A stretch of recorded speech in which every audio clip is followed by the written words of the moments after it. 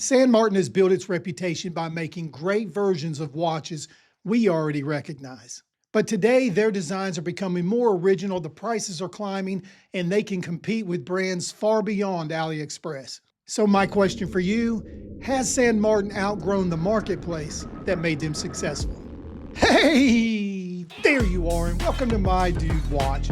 My name is Jason, and today we are talking about San Martin and the quality that they have built. But what do the critics have to say? You do not want to miss this. This is going to be fun. You know the deal. Grab a snack, pull up a chair, and let's talk watches.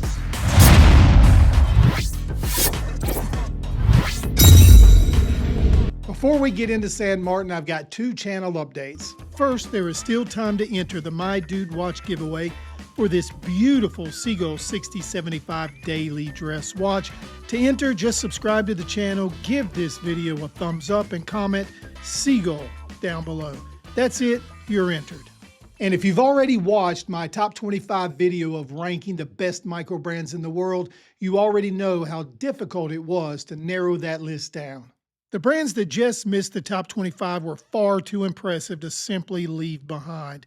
So they're getting a video of their own. I think you'll enjoy this. This one is coming very soon, and trust me, there are some incredible brands on that list. And it is time. Let's get into the rise of San Martin. Now, the first thing we have to understand about San Martin is this. They were different. So let's go back to 2016. At that time, AliExpress was already filled with affordable watches. And they were offering automatic movements, really familiar designs and specs that sounded almost too good to be true. For most of those brands, the strategy was really simple. Let's take a popular design, add an inexpensive mechanical movement, keep production costs as low as possible, and compete primarily on price. But San Martin decided to do things differently, and here's why. The brand was founded by a watch enthusiast and collector who spent months studying the manufacturing process inside Chinese watch factories. He learned how to produce cases, dials, hands, and other components of a watch, and he learned how it all meshed together. So San Martin was still working with designs inspired by established brands, and we aren't trying to pretend otherwise. But instead of asking how cheaply can we make this watch, the question with San Martin was, how well can we make it while keeping the price reasonably affordable? That distinction became the foundation of the brand. While companies like Pagani Design became known for delivering impressive specs at the lowest possible price, San Martin concentrated differently, more heavily on the details you could see and feel. The brushing and the polishing, the bezel alignment, the lume, the fit of the end links, and perhaps more than anything else, the quality of the bracelet. Those details may sound small to some people, but people like you and me notice those things immediately. A sapphire crystal and an automatic movement may get us to click on a listing, but the way the bezel turns, the bracelet articulation, and how the finishing catches the light will determine whether we come back or not. San Martin developed a reputation of one of the most expensive brands on AliExpress, but also one of the safest choices for buyers, people that valued construction and finishing. They were attempting to create a higher level of Chinese watch and convincing buyers to pay more when they were accustomed to paying on AliExpress prices. But there was still one major obstacle. No matter how well San Martin created these watches, the elephant in the room was obvious. These designs, both visually and emotionally, belonged to someone else. For example, Rolex, Tudor, Seiko, Panerai, and several other established brands all provided inspiration, sometimes very heavy inspiration, for watches carrying the San Martin name. For some collectors, that information was enough to end the conversation right there. And that's fair. Original design matters, and there is a difference between using familiar watch language and reproducing another company's design, almost detail for detail. But San Martin was doing more than just selling inexpensive lookalikes. It used familiar designs to showcase its manufacturing. The cases were sharper, the bracelets were more substantial, the lume was better, and overall construction oftentimes was better than buyers even expected. Did we recognize some of the designs? Absolutely, but we also recognized the quality. Look, San Martin is not the only brand to begin like this. Even the highly respected Islander built its early audience around improved versions of the Seiko SKX formula.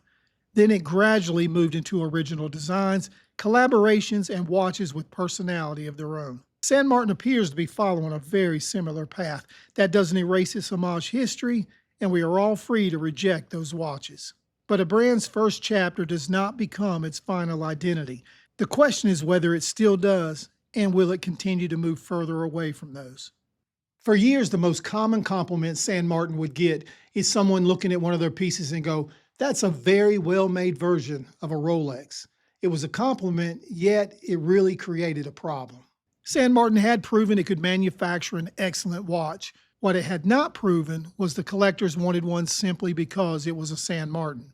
Then the designs began to change. More original cases, distinctive dials, and bolder color combinations started appearing. Models like the SN0116 GMT helped shift the conversation. Collectors were no longer asking what watch is based on what. They were beginning to ask, which San Martin should I buy? That was a turning point. San Martin was beginning to build an identity of its own, but greater originality and better finishing brought a new question. How much were we willing to pay? San Martin's quality helped build this brand, there's no question about that, but quality comes with a price. As the finishing improved and the designs became more original, San Martin watches began moving beyond the bargain category. And once a watch reaches $300, $400, or even $500, the competition starts to change. Now buyers are not only comparing San Martin with Pagani Design, Addy's Dive, and Steel Dive, they are comparing it with Seiko, Citizen, and established micro brands. San Martin may offer the sharper bracelet, stronger clasp, better lume, and more impressive case finishing, but those other brands offer something San Martin is still building: history, customer service, retail availability, and long-term trust. So San Martin has already proven it can manufacture a watch at the same level as those other brands. The harder challenge is convincing collectors to spend the money because of the name on the dial, and that may determine whether San Martin has truly outgrown AliExpress or simply became the most expensive brand on it. So we can all agree that they've built an excellent watch, but building an excellent watch and building a great brand are not exactly the same thing. Established brands give buyers more than just specs. They offer recognizable collections, memorable model names, reliable service, clean warranties, and a story people can feel connected to. And yes, San Martin is still developing many of those things, and for some buyers, spending several $100s through AliExpress still feels very different from purchasing from an established retailer or a micro brand. And to me, that's San Martin's biggest remaining challenge. The company no longer needs to prove it can make a great bracelet, dial, or case. It needs to give collectors a reason to want to use the San Martin name on the dial. Because at this level, quality gets you into the conversation. Identity is what makes people stay. So has San Martin really outgrown AliExpress? I think in terms of quality, the answer could be yes. The finishing, bracelets, lume, and overall construction can compete with respected micro brands and even some mainstream brands. But San Martin has not completely outgrown the AliExpress identity. The platform is still central to how it sells its watches and how the brand is perceived. So maybe the real answer is this: San Martin has definitely outgrown what people once expected from AliExpress watches. It may have left the marketplace behind, but it has helped redefine what is possible within it. And that alone makes the rise of San Martin worth watching. Well, there you go, the rise of San Martin. We put some links in the description of some of my favorites. Go there, check them out, see if any of these are right for you. Just remember, if you decide to make a purchase, My Dude Watch may get a small commission. You don't pay more. Hey, you made it to the end of another video. Thank you for doing that. We appreciate you watching. If you enjoyed what you saw today, please take the time to like this video and subscribe to the channel. It'll only take you a second, but it really does help. All right, guys, we checked the time, and it is time to wrap this up, so we will close the show. My name is Jason with My Dude Watch. We'll do it all again next time, but wait, don't forget, dudes can't be late.